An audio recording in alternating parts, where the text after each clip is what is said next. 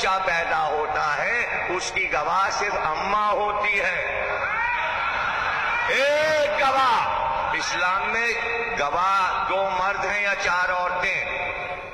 4 عورتیں بھی تو گواہی نہیں دے رہی، ہاں یہ بچہ فلاں کا بیٹا ہے، اماں نے کہہ دیا یہ تمہارے ابا ہیں، تو با اسی پہ آنکھ بند کر کے یقین کر لو پتہ نہیں ابا ہے کہ نہیں ہے۔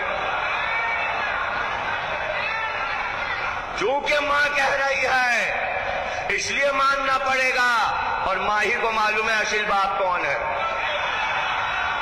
دنیا میں کسی کو نہیں معلوم کہ انسان کا اصلی باپ کون ہے۔ اسی لیے شیخ صدوق نے ہمالی میں لکھا کہ چونکہ یہ مسئلہ نازک ہے کہ ولدیتیں تبدیل ہوئی ہیں، اس لیے اللہ نے فیصلہ کیا کہ محشر میں تمام انسانوں کو باپ کے نام سے نہیں پکارا جائے گا، ماں کے نام سے پکارا جائے گا تاکہ پردہ رہ جائے۔ اس لیے اس نے کہا ماؤں کے نام سے پکاریں گے، اگر باپ کے نام سے پکارتا تو سب حیران ہوتے، ابا ان کو کہتے تھے، ابا